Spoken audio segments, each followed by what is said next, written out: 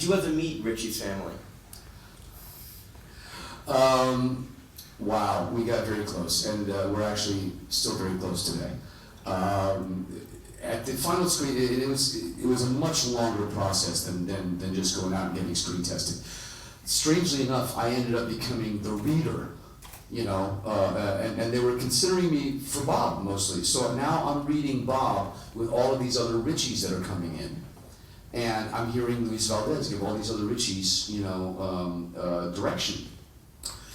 About 4 days later, you know, suddenly, you know, Luis goes, Lou, tomorrow when you come in, you'll be reading Ritchie. And I'm like, oh, okay. All right, well, that's a big change. So fine, I started reading for Ritchie, and then they eventually said, okay, we're going to screen test you. Now, Isai Morales, Elizabeth Pena, God rest her, Rosana de Soto, Danielle von Zernick, they all came in. They had no competition. There was one other guy who came in to read for Ritchie, so I'm like, oh, good God, here we go. You know, it's not over with yet. So, as I'm standing outside the soundstage, I think it was on the Warner Brothers lot, this Cadillac pulls up. You know, what was it? Might have been a T-Bird. It was a convertible.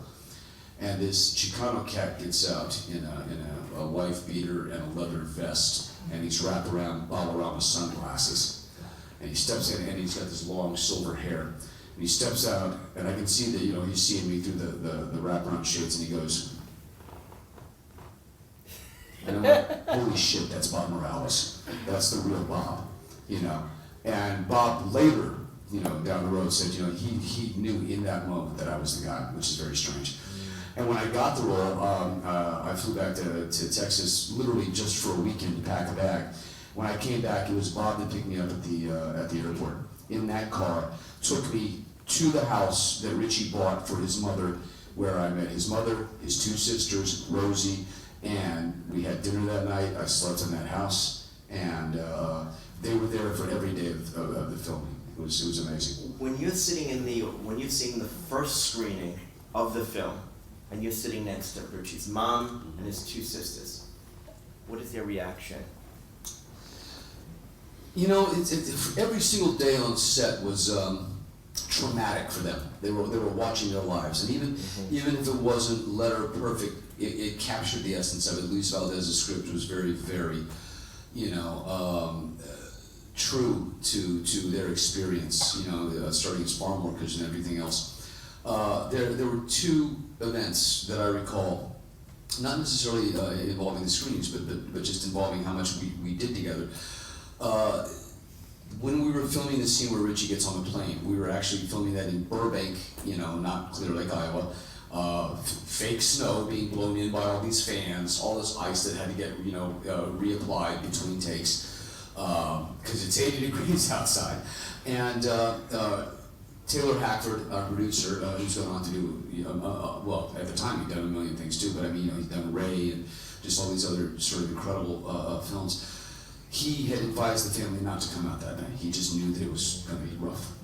Well, Connie, the eldest sister, did come out. And she was 12 when Ritchie died. So, I mean, she had, you know, very intense memories of this. And I remember there was something off. Just right away, there was something off. And I thought, oh my God, what have I done? Did I do something wrong? Am I not doing something up to their you know, standard?